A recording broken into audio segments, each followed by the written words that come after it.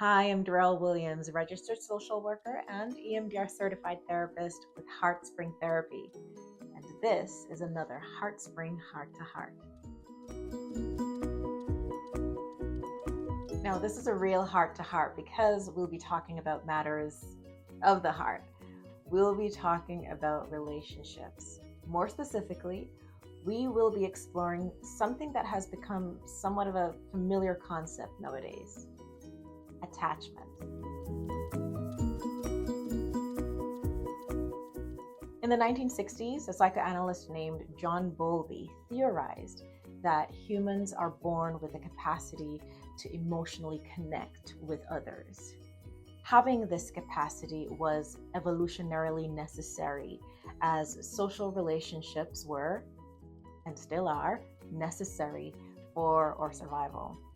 Later on, psychologist Mary Ainsworth further developed Bowlby's theory by elaborating on the importance of the quality of attachment. From her work, we get what we call today attachment styles. We'll talk about the different attachment styles a little later on, but first, I'd like to talk a little bit more about what exactly attachment is all about. Essentially, attachment refers to how we respond to emotional connection in relationships. You see, understanding our emotions as well as others' emotions helps us with our understanding of our needs, or sense of safety, and our sense of self. Or physical, emotional, and psychological proximity to others give us somewhat of a compass to help situate ourselves in and navigate the world and our experiences safely. So you can see why our relationships feel so crucial for our survival. Okay, so let's settle in. So there are 4 different attachment styles: secure attachment, ambivalent or preoccupied attachment, avoidant or dismissive attachment, and disorganized attachment. Secure attachment usually emerges from a relationship where there is consistency in having one's needs met and where there is reciprocity, a serve and return type of relationship. It's a healthy form of attachment where safety is established and there's a sense of stability. Ambivalent or preoccupied attachment usually appears in relationships where the attachment figure is inconsistent or unavailable, creating uncertainty about whether or not one's needs will be met. So what typically happens is that there is a lot of anxiety about your needs as well as the security of the relationship itself. Avoidant or dismissive attachment typically stems from relationships where one has little to no expectation of having their needs met. So, neglect. As a result, you become used to meeting your own needs and somewhat expect others to be able to do the same for themselves, thereby being dismissive of the needs of others. There is usually strong emotional detachment in this form of attachment. And finally, there is disorganized attachment, where the attachment figure is typically overwhelmed or frightened or frightening. So someone who reflects the features of this attachment style would often experience significant emotion regulation challenges, impulsive or high-risk behaviors, or dissociation.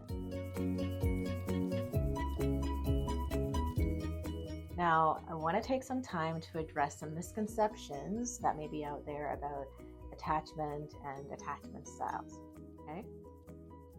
Firstly, an attachment pattern isn't the same thing as a personality type. As a matter of fact, a person can experience different forms of attachment across different relationships.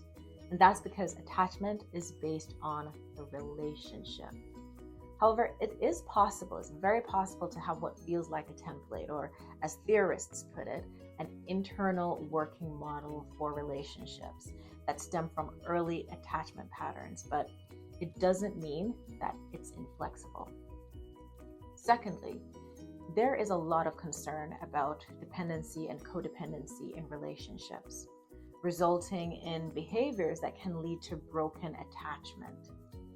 This is usually as a result of a misunderstanding about what codependency actually is. So, codependency usually refers to a relationship in which one person engages in typically self destructive or self sacrificing behaviors that enable unhealthy or toxic behaviors in others. Healthy attachment doesn't do this. You see, people need people, and establishing healthy, safe emotional connections with others actually does the opposite of what codependency does. Thirdly, anxious attachment doesn't necessarily mean that you're an anxious person. Avoidant attachment doesn't necessarily mean that you avoid relationships or conversations. And disorganized attachment doesn't necessarily mean you can't get your life together.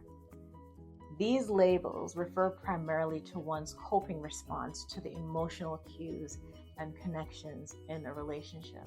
For example, it is possible for someone who typically has avoidant or dismissive patterns in a relationship to be desirous of connection and commitment. If you notice you're experiencing anxious, avoidant, or disorganized emotional coping patterns in your relationship, well, that may be a hint to you to examine the relationship. So some questions you may ask yourself are, do I feel seen or validated in this relationship? Are my emotional needs being met or acknowledged? Do I feel I can be available for my partner's emotional needs? And finally, do I feel safe to be authentic and curious when I'm with this person? Hope this helped to clarify some of the questions that you might have had about attachment and relationships. If you still have questions, or if you're thinking about starting therapy, feel free to give me a call at 416-688-5274, or you can visit heartspringtherapy.ca. I'm Darrell Williams. Thank you for watching.